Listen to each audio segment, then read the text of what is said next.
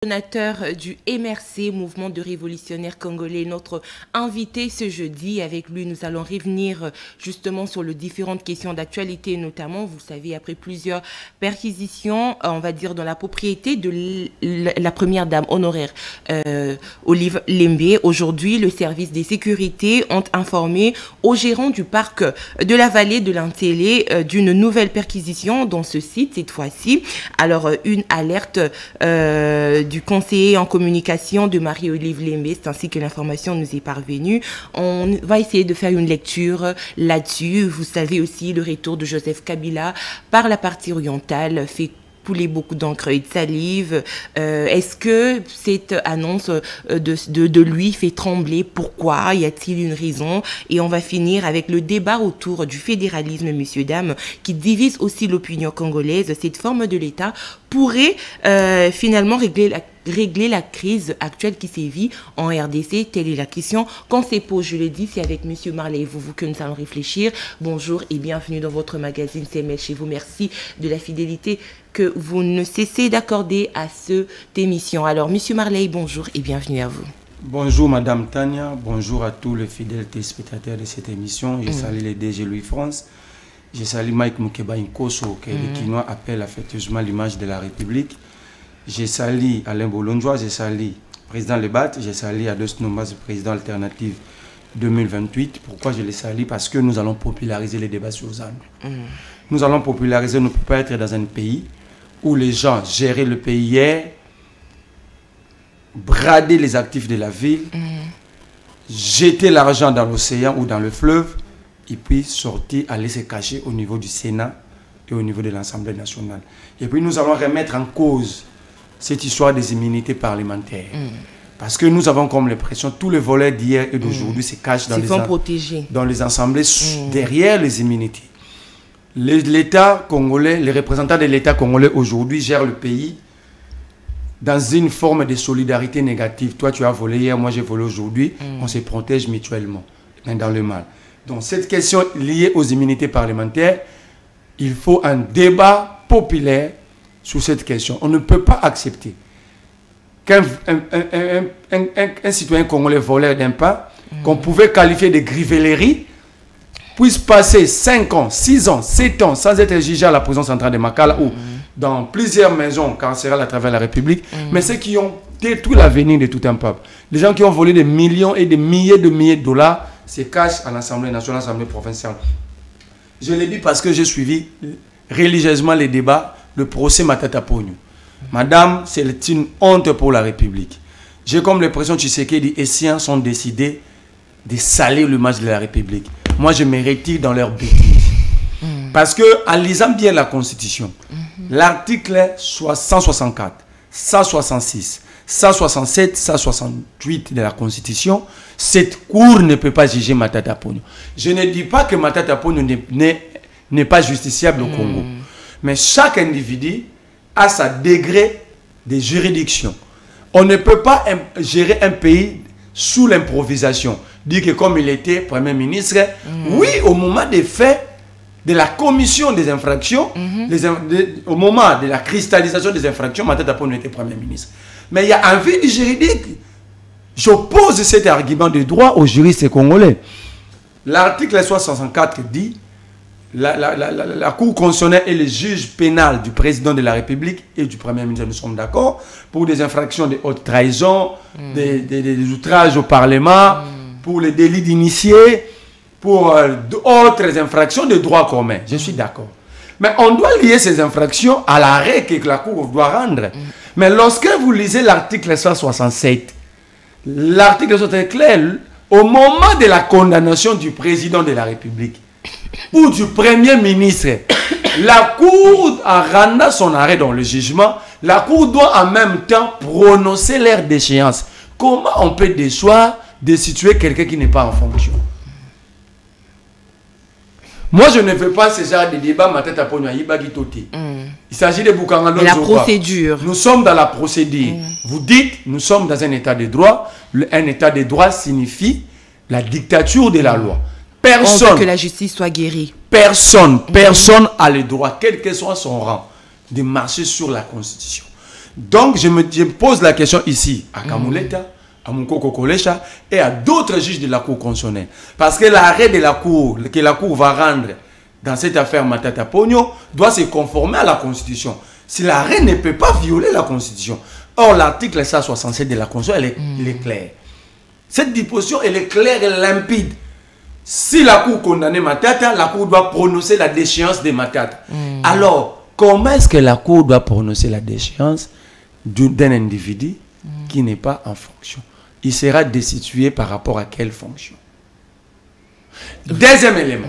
Comment est-ce que Moukoko Kolecha, procureur général près la Cour constitutionnelle, qui est encore le président de la Cour constitutionnelle, Kamuleta Dieudonné, que je respecte tant, et d'autres juges, parce que ce sont des sages juridiques de la République, ont réussi à braver une interdiction constitutionnelle. Parce que l'article 168 pose les interdictions. Les arrêts de la Cour constitutionnelle sont susceptibles d'aucun recours, d'aucun débat.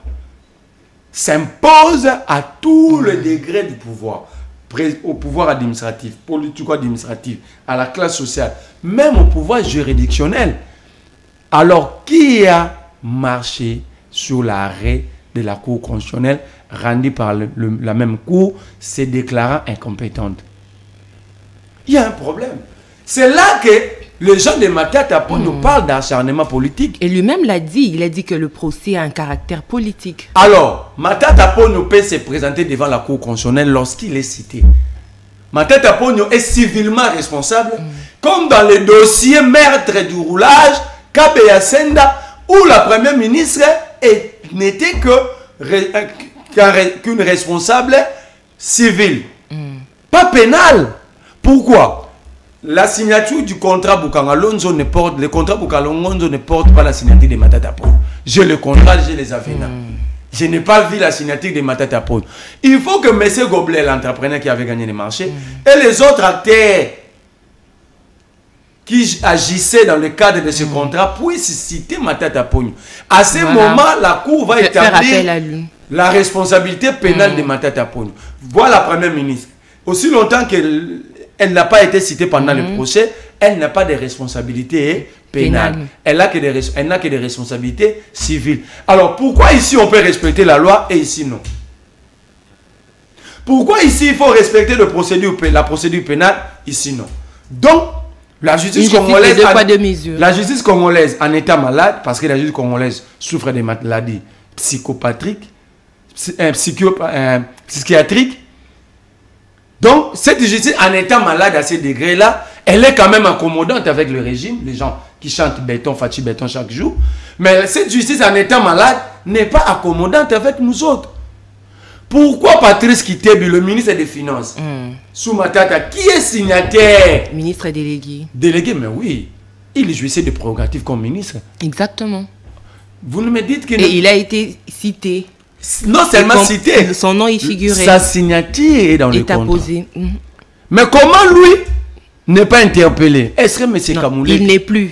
Non, il n'est... Je parle dans le présent. Oui. Simplement pour avoir adhéré à l'Union sacrée. Ça veut dire, je demande à Matata d'adhérer aussi à l'Union sacrée. Donc ici, vous comprenez pourquoi tous les détournés sont en liberté. Vous comprenez? Parce que ces détournés sont membres d'un camp politique. Alors, Matata étant un homme intelligent, correct avec lui-même, parce que nous ne pouvons pas demander aux autres d'être corrects en étant incorrects nous-mêmes.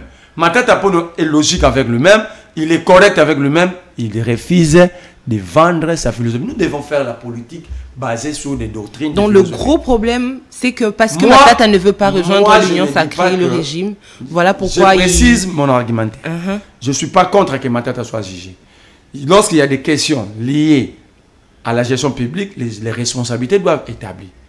Mais nous ne pouvons pas établir des responsabilités en violant les droits des autres et le principe. Sinon, demain, Madame Tania, vous serez interpellé en violation. Telle personne, ça doit cesser. Ça doit cesser. Nous disons, Matata est responsable. Civilement responsable et non pénal. Ce procès, c'est un procès bidon, vide. Ça ne devrait pas voir le jour. Avec Matata Pogno.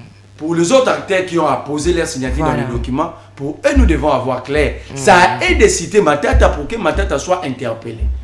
Ok? Très bien. Parce que les demandes de décaissement portent la signature du ministre délégué de Finances. Alors, on va dire qu'est-ce qu'il faut craindre sur la justice congolaise aujourd'hui quand vous n'êtes pas pro-régime ou quand vous n'avez pas c'est ça du la pouvoir. preuve. C'est ça la preuve. Donc, en gros, les Congolais ne sont pas... Vous chantez Fachi Béton, Ah. le président lui-même sort pour vous défendre, père de famille, homme correct, honnête, il aura un grand rôle à jouer. Vous ne chantez pas Fachi Béton, on doit violer même la loi, marcher sur des principes juridiques, sous les fondamentaux d'un état de droit pour vous faire mal. Alors, les efforts, qu'en ferait-il alors des efforts du ministre de la Justice? Lui qui cherche tant à redresser, on va dire. Moi, pour répondre à ta question, j'aimerais que tant que je puisse m'établir la différence entre les influenceurs des réseaux sociaux et Constant Moutambo. Il est ministre de la Justice et ça, Plagiaire, il faut le dire. La réforme qu'il a déposée à l'Assemblée nationale, c'est la loi Mina Kousakata. Je le mets au défi qu'il publie cette réforme. Ok. Alors, parce qu'on parle de la justice congolaise, aujourd'hui il y a perquisition. On va parler de résidence, domicile, parc. Tout tourne actuellement autour de l'ancien chef de l'État, Joseph Kabila Kabange. Votre lecture là-dessus? C'est toujours la justice qui continue à être malade, qui continue à se dégrader, vous estimez? Je suis très mal à l'aise, toujours dans la violation. On agit toujours dans la violation. Et je comprends que Tshisekedi et ses siens cherchent à créer un État battu sous les règlements des comptes. Alors que demain, eux aussi ne seront pas au pouvoir. Mais quand vous étiez Tshisekedi, est-ce que le président... Non, c'est lui qui a commencé. Il est dans ça. C'est lui qui avait commencé ces débats. Kabila est rebelle, Kabila a fait le choix de l'insurrection. C'est lui. Quand le Karine Okeso tire sur Osimou Kendi, tous disaient à l'époque que c'était Kabila, non? Qui avait vu Kabila tirer sur Osimou Kendi? Qui peut nous montrer une image de Kabila tirant sur un autre Congolais? Mais nous avons dit c'est Kabila parce que c'était lui le garant. Ok? Pourquoi aujourd'hui dites que c'est... Nous demandez de ne pas citer Tshisekedi, vous nous dites clairement qu'il n'est pas président. Il ne jouit d'aucune prérogative présidentielle. Alors vous nous demandez ça. Est-ce que la perquisition est interdite? En droit, j'ai dit non. Mais comment aller perquisitionner? Ok? Il faut qu'il y ait ouverture d'un dossier. Vous êtes journaliste, je ne suis pas là pour vous informer. Aucun dossier est ouvert à la charge de Kabila au jour d'aujourd'hui. Comment ouvrir un dossier dans ce genre de débat? Quand Bemba disait que Kabila le Rwandais, Kabila ça, le procureur allait interpeller Bemba. Pas pour l'auditionner en termes d'arrestation d'ouvrir, mais recevoir les informations que détient Bemba. Par exemple, lorsque Jean-Pierre Bemba avait dit Kabila est le chef de Mobondo.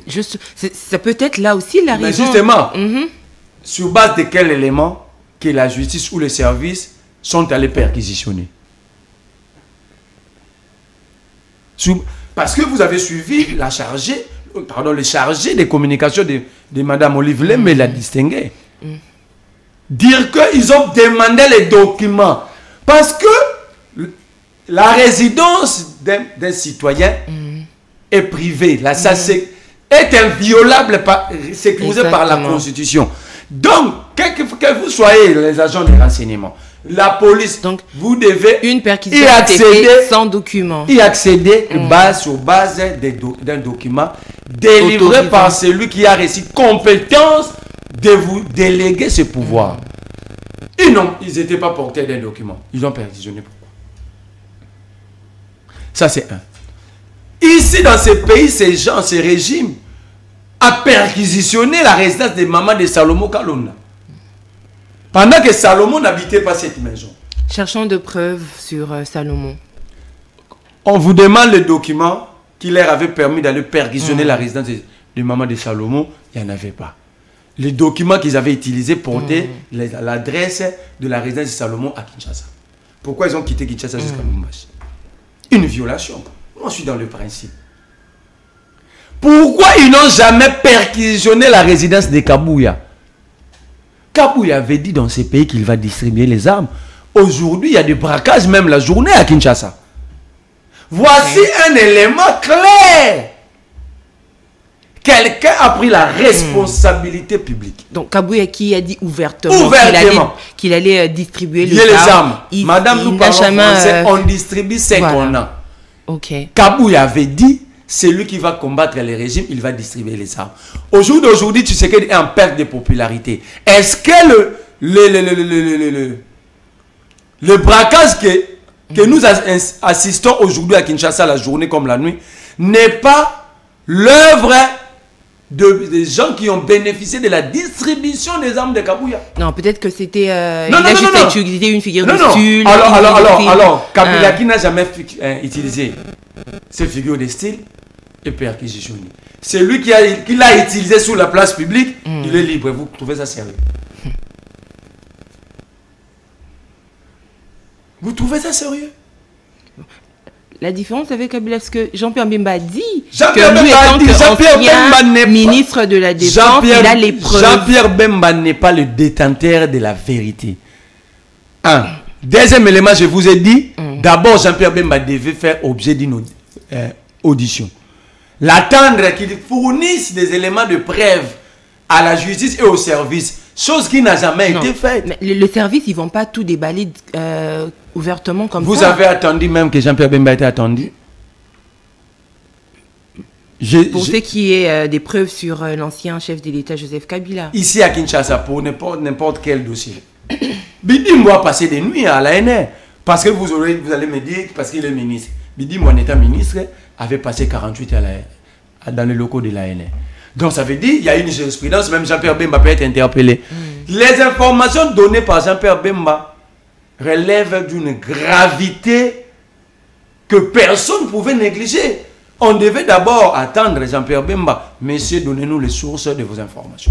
Parce que Jean-Pierre Bemba, au stade Vélodrome, avait dit d'autres informations lui parviennent de l'Ouganda. Alors que l'Ouganda, c'est l'un des pays agresseurs du Congo. Voilà que Jean-Pierre Bemba devait faire objet d'une audition, d'interpellation. C'est par là que le ministère public, le parquet ou les services devaient asseoir leur décision d'aller perquisitionner. Ça, je ferme sur le plan juridique. Sur le plan politique, le même Tshisekedi chante la cohésion nationale, chante l'unité nationale, mais il est en train de blesser cette cohésion nationale chaque jour.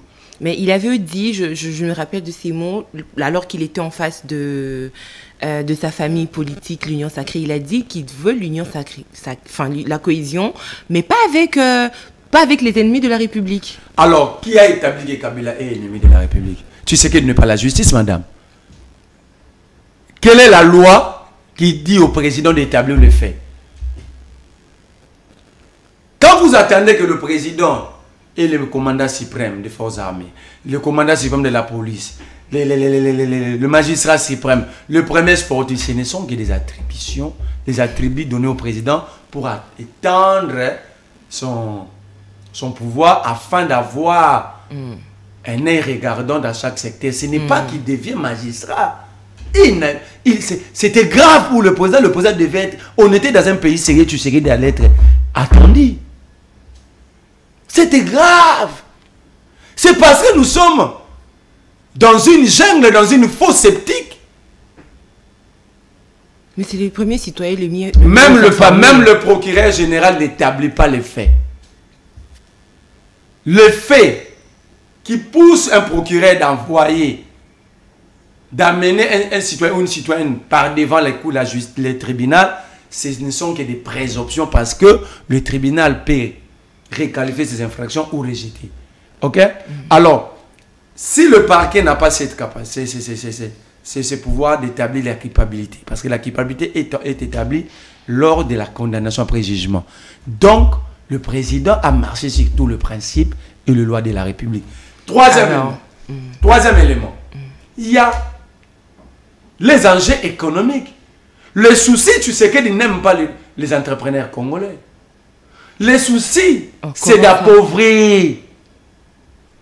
Lui qui encourage tout le temps l'entrepreneuriat, des salons, des conférences. Il en a créé combien, à part créer les emplois au Rwanda? Il en a créé combien? Non, mais les présidents ont promis 6 000 emplois. 6 millions. Après, il a dit, l'État ne crée pas d'emploi. Je le conseille. Si l'État ne crée pas l'emploi, monsieur le président, l'État crée des conditions permettant aux investisseurs de venir. Où sont les conditions créées par Tshisekedi? Mais l'entreprise de fabrication des véhicules... Même une chambre ailleurs d'occasion, ça n'a jamais retouché. On ne les retrouvera jamais dans cette bêtise que vous appelez l'entreprise. Donc même l'entrepreneuriat est fragilisé aujourd'hui. Parce que, au jour d'aujourd'hui, ils ont volé, ils ont pillé la République. Je vais vous le dire pourquoi ils ont pillé la République, je vais les démontrer. Et comment? Ils ont pillé la République, ils ont volé. Ils n'ont pas créé un site touristique qui m'a dit 4 Congolais. C'est 3000 emplois à Kingakati. 3000. 3000. Combien de ménages? Combien d'unités de consommation? Tu sais qu'il va aggraver la crise alimentaire, la pauvreté. C'est de l'emploi que tu sais qu'il est en train de détruire. Donc s'il y a le M23 à l'Est, il y a le M21 ici. Ce régime sur les M21, c'est vraiment le gibbon du M23 FC. Parce qu'ils veulent faire lumière. Déjà, je vous ai démontré sur le plan droit, c'est en violation. Sur le plan politique, tu sais qu'il est en train de blesser la cohésion nationale. Pousser les autres dans la limite de leur acceptabilité. Donc les frustrations il est en train d'accentuer et tu sais qu'il sait pourquoi. Il sait pourquoi il doit frustrer encore la société. Matata Pogno ici, Katumbi à l'extérieur, Kabila poursuivi, Jacqueline dans la prison. Mais le président avait dit que selon lui, il estime échouer, c'est seulement si il n'arrivait pas à retrouver la paix. Donc tout ce qu'il est en train de faire, c'est pas de stratégie pour amener la paix en RDC. Échouer, c'est d'avoir pas atteint un degré de réussite. Ok? Tu sais qu'elle n'a pas échoué, mais il y a un vide. Échouer, c'est avoir un résultat, ok? Mais pas au degré attendu. Voilà. Mais ici, il n'y a rien. Pose la question à Tshisekedi, il a déjà fait quoi? Sur le plan économique, c'est vouloir appauvrir simplement. Qu'on nous montre ici Kingakati comme site touristique ne paye pas les taxes et les impôts. Si ces sites touristiques ne s'acquittent pas de leurs obligations légales. Non. Ils sont en règle. Vous allez perquisitionner pourquoi? Du reste, c'est illégal et dans la violation. Donc ici, c'est 3000 Congolais qui vont aller en chômage. C'est l'image même de la ville. Parce qu'au jour d'aujourd'hui, c'est l'unique image que nous avons. Mais comment appréciez-vous le fait qu'un ancien chef de l'État ait ce site touristique pour lui et il n'en a pas laissé, on va dire, pour le Congo, un site public? Le Congo avec quel site touristique? Non, mais il pouvait mettre ça aussi comme étant un site c'est public. C'est un secteur déjà libéralisé. Les gens en créent ici. Je parle de la taille. Quand vous allez à Ngandaya, là, à d'autres sites touristiques à niveau de Nkole. Non, on se plaint du fait qu'au zoo, on ne retrouve plus d'animaux, que tout serait ramené à Kingakati. L'animal, c'est un être vivant comme vous et moi. Ok? S'ils ne sont pas entretenus, ils vont mourir. Alors, si Kabila avait détruit le zoo, ok? Tu sais qu'il a créé quoi? Kabila a détruit les zoos en ne mettant pas les animaux, ok? Tu sais, Kabila est parti avec tous les animaux du Congo, alors pourquoi tu sais qu'il ne met même pas des chats? Les chats et les chiens, il ne met pas pourquoi? Arrêtez de vous laisser manipuler facilement, ok? La volonté, j'insiste, c'est d'affaiblir, d'appauvrir. C'est comme si Jésus se moquait du Jérusalem. Tu sais qu'il se moque de Kingakati, c'est là où il a reçu son pouvoir. Ok.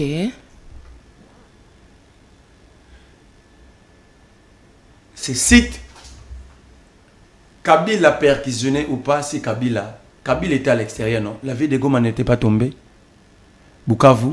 Le problème, c'est d'organiser la riposte, de récupérer les territoires et les villes occupées, ou d'aller perquisitionner. Kabila, s'il décide de faire la rébellion, parce qu'il ne l'est pas, je peux le démontrer, s'il décide de faire la rébellion, je vous donne une preuve.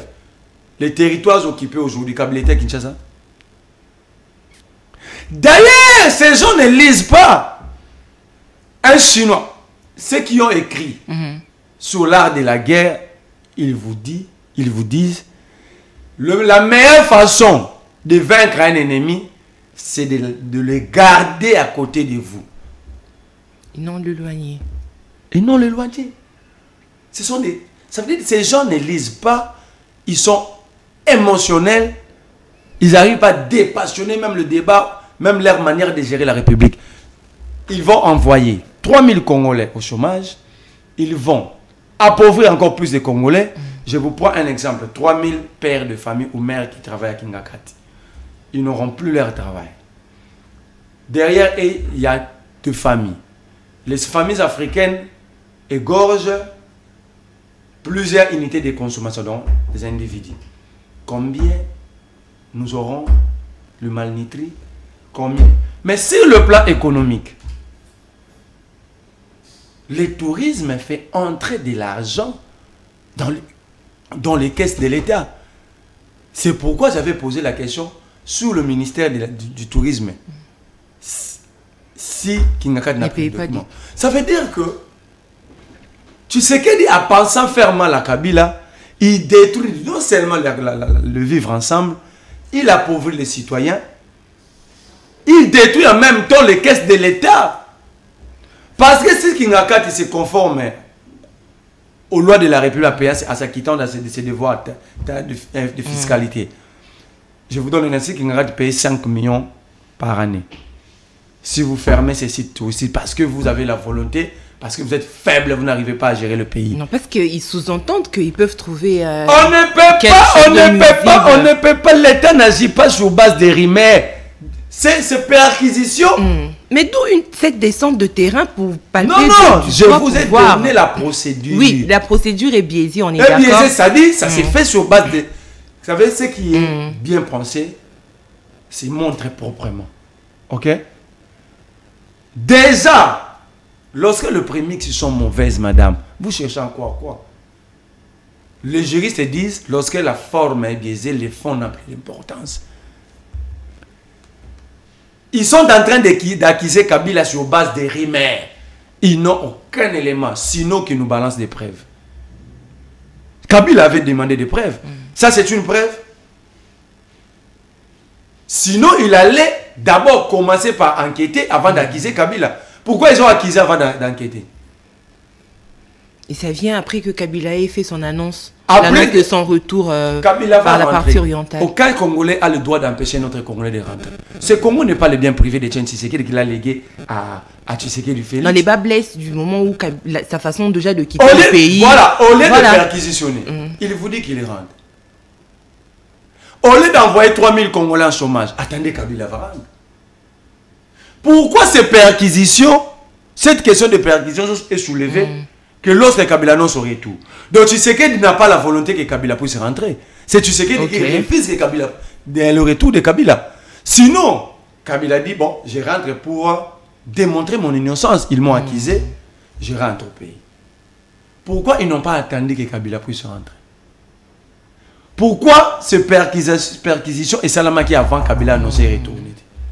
Vous comprenez maintenant? Déjà, quand ils ont su qu'il y avait des preuves, les Mobondo, les M23... Mais vous avez vu la vidéo de Mobondo dire qu'ils ont capitaine Pierre Bemba menti. Cet homme-là était accompagné par des militaires congolais. Pourquoi ils ne l'ont pas arrêté? Quand il a déjà été accusé d'être parrain de l'AFC M23, pendant que il aurait déjà dû faire... Le chef de Mobondo a défié le régime. Il a dit c'est faux, c'est moi. Et en étant de gauche à droite avec des colonels de l'armée. Ok? Pourquoi ils n'ont jamais allé perquisitionner? Ça veut dire ici, c'est Tshisekedi qui refuse que Kabila puisse rentrer. C'est maintenant les choses sont claires. Mais pourquoi si on reste dans votre logique que c'est le président qui ne veut pas que... Ce n'est pas ma logique. Oui. Les faits le démontrent. C'est votre lecture. Alors, ça serait pourquoi? Parce que... Ils savent qu'ils ont menti. Ils ont menti sur Kabila. Et l'arrivée de Kabila, ils n'auront aucun élément à nous brandir pour leur permettre d'arrêter Kabila. Ce sont des intimidations. Ils veulent intimider Kabila d'avance. Une question de ne pas le permettre de laver son image. Voilà, nous sommes prêts. Mais si vous êtes prêts, laissez Kabila rentrer, vous allez vous affronter ici. Je vais conseiller à Joseph Kabila de rentrer. Mais par la partie orientale, ça fait la partie orientale n'est pas occupée. Cette perception des choses démontre que nous sommes dirigés par des illettrés géographiques. On l'aurait aperçu vers Goma. On l'aurait. Voilà que les régimes agissent sur base des rimains. On l'aurait aperçu. Vous avez tous les services de l'État. Tous les services de l'État entre vos mains, mais vous l'aurez aperçu. Donc même le service d'intelligence n'ont plus de précision. Ils ont perdu le repère et les subsistances parce qu'il y a un leadership faible au sommet de l'État. Est-ce que vous croyez, on parle des questions sensibles de notre pays, mais les services qui devaient être clairs dans leur agir, ils nous disent qu'on l'aurait aperçu Joseph Kabila. Donc c'est comme si, c'est pourquoi nous sommes surpris par des mouvements rebelles. On aurait aperçu un mouvement, une création d'un mouvement rebelle dans les sites. C'est-à-dire, on est entre les mains des incompétents. Je vous dis, madame, si ces gens ne sont pas incompétents, c'est que l'incompétence n'existe pas. Si tu sais que, parce que Kabila va vous affronter ici à Kinshasa, il arrive, préparez les dossiers. Si vous êtes homme, vous êtes fort, vous pouvez même attendre que Kabila rentre au Congo. Le Congo n'est pas Kinshasa. Il peut être dans le Haut-Ouélé. Si l'État congolais, le procureur général près la Cour de cassation ou la Cour constitutionnelle, délivrer un mandat, un avis de recherche ou un mandat d'amener contre Kabila. Ce mandat d'amener ne va pas être utilisé à Nituri, à Gisangani, à Lumbashi. Pourquoi ils ont peur? Donc qu'on le laisse venir d'abord. Ils sont conscients qu'ils ne gèrent pas la République. Parce que si je dis je vais rentrer par la partie orientale, cela signifie la vie de Goma. Cela signifie le Massissi. Ça peut être le Grand Katanga. Ça peut être chez moi à la Chopo. Mais pourquoi cette précision aussi seulement la partie orientale? Qui a précisé? Quelle est la loi qui interdit un Congolais, qui impose au Congolais s'il est à l'extérieur du pays de rentrer que par Kinshasa? C'est-à-dire, arrêtons de faire des débats comme si on était sous les bois de l'île de Pays. C'est pourquoi je plaide toujours pour que tout le bois sous la 10e rue soit coupé. Non. Réchauffement climatique. Mais ça chauffe la tête des membres de l'île de Pêche. Vous ne voyez pas que les cerveaux des gens de l'île de Pêche sont chauffés. Ah bon? Soit il faut trouver des mécanismes de refroidissement. Il faut retirer la mytho de l'île de Pêche, ils sont climatisés. Ils ont des cerveaux chauffés. La partie orientale quitte du nord Kivu. Parce que quand on parle du Grand Kivu, c'est le Maniema, le nord et le sud Kivu. Il y a le Bajouélé, le Haut-Ouélé, il y a l'Ituri, il y a l'intersection entre le nord, le nord, parce que la vie de le problème de la Chopo, c'est entre le nord et l'est de la République. Le Katanga, c'est au sud.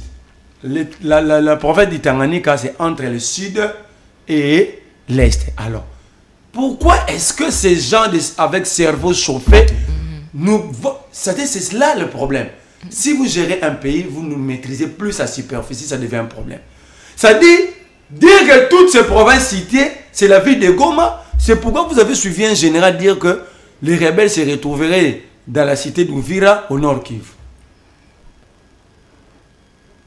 Alors comment faire? Très bien. Comment faire?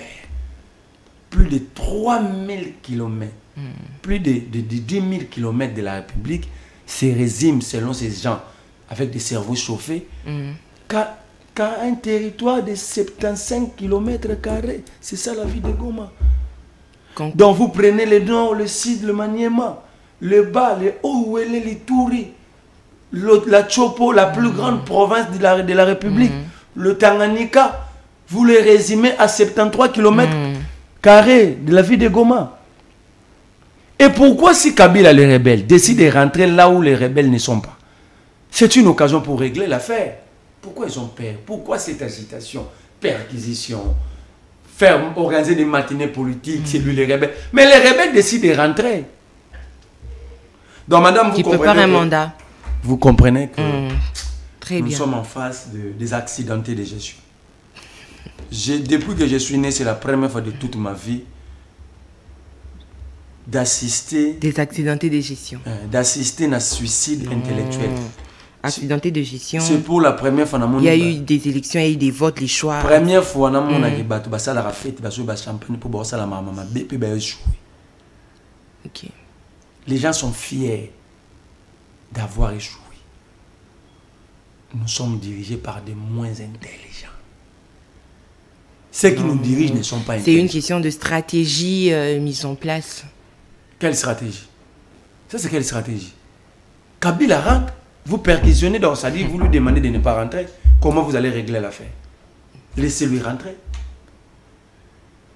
C'est la moindre des choses, au lieu de dépenser l'argent de l'État dans la perquisition Zangatina. Kabila dit, je rentre. Il rentre, vous préparez un mandat. Un mandat, vous l'arrêtez calmement. Avant de décider sur la perquisition des résidences de Nanga des gens du M23, il y a eu un procès ici. Faux ou bon, mais il y a eu un procès. Pourquoi la perquisition dans le réseau de Kabila, il n'y a rien de documents? Il n'y a aucun document. Pourquoi cette différence? Donc, tu sais qu'il est amoureux du M23, AFC. Très bien.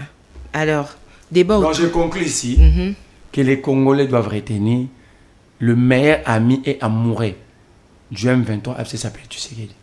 Non, il est en train de et d'ailleurs, comment il sera encore ami au M23? Pourquoi je le dis?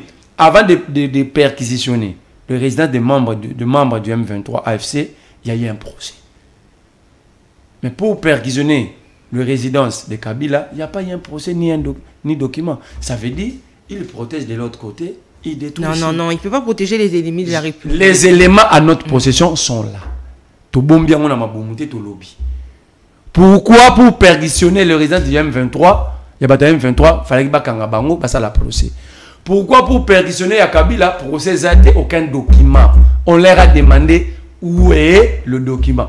Parce qu'il s'agit d'un bien privé, d'un résident privé qui doit être sécurisé par l'État protégé. Merci. La violation d'un bien privé viole l'article 32 de la Constitution. Pourquoi pour les M23, tu sais qu'il doit respecter la Constitution? Pour Kabila, il faut violer. Mais ici, il n'y a aucun document, pas de procès. Bato Bakiza Kabila, Bazala jamais attendu pour donner l'éclairage à la justice. Très bien, une question ouverte. Il faut une réponse. Merci, M. Marley. Vous débat autour du fédéralisme. Est-ce une voie pour sortir la RDC de la crise actuelle ou non? En soi, c'est cette question, je voulais éclaircir le membre du parti Ensemble pour la République. Moi, je n'ai rien contre vous. Mais c'est Olivier Kamitatou qui a enlevé les débats. Nous devons être clairs et propres dans ce que nous faisons. Ok. Kamitatou est le directeur des cabinets de Moïse Katumbi. Ça sous-entend, c'est pas porte-parole de Moïse Katumbi.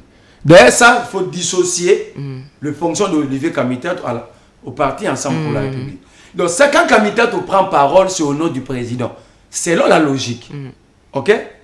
Il est le directeur des cabinets et porte-parole du président d'Ensemble. Le porte-parole du parti Ensemble, c'est Maître Hervé Diakisi. Si Kamitatou prend parole, ça veut dire que c'est la bouche autorisée du président Katumbi. Mais moi, en connaissant Katumbi, je m'étais dit Katumbi ne pouvait pas demander à Kamitatou. Alors, dans un groupe, Kamitatou ne peut pas évoluer à un électorat libre. Quand vous adhérez dans un parti politique, vous faites l'abandon partiel d'une partie de votre souveraineté. C'est ça la logique. Vos idées doivent être discutées pour voir si ça cadre avec la logique de la personne pour qui vous travaillez. Ou dans la logique de votre groupe. Parce que quand vous les jetez des balles comme ça, les innocents vont chercher à vous défendre sans comprendre, sans maîtriser les tenants et les aboutissants. Ça doit être discuté. Il ne peut pas se réveiller un bon matin. Il amène le fédéralisme. Je ferme cette parenthèse. Deuxième parenthèse. L'Ensemble pour la République. Le fédéralisme en soi, ce n'est pas un mauvais système. Parce qu'il y a des pays où il y a des pays très développés, avancés qu'avec le fédéralisme. Exact. Il y a aussi des pays avancés sans fédéralisme.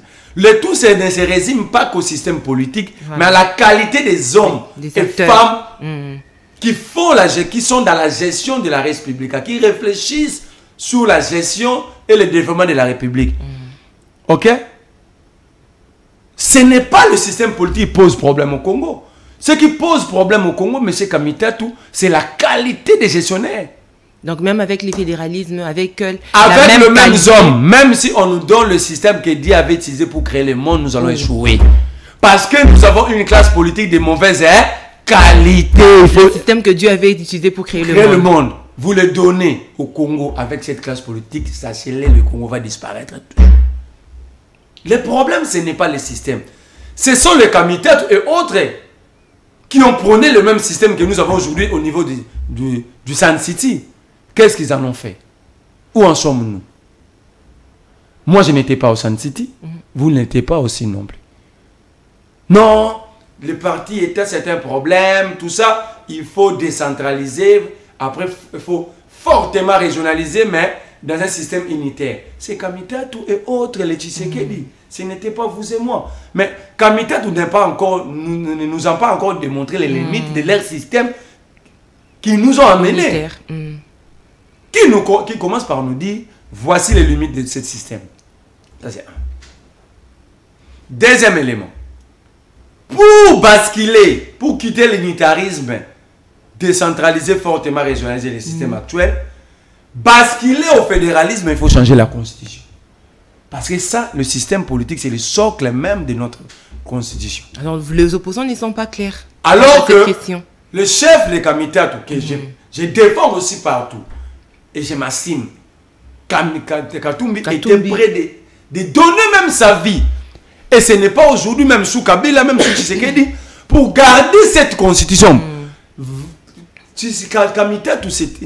Katumbi s'était fait passer et nous avons porté ce combat de Katumbi comme le plus grand gardien protecteur de la constitution. Ok? Alors, comment Kamitatou nous explique comment nous allons quitter l'unitarisme, décentraliser les systèmes actuels au fédéralisme sans changer la constitution.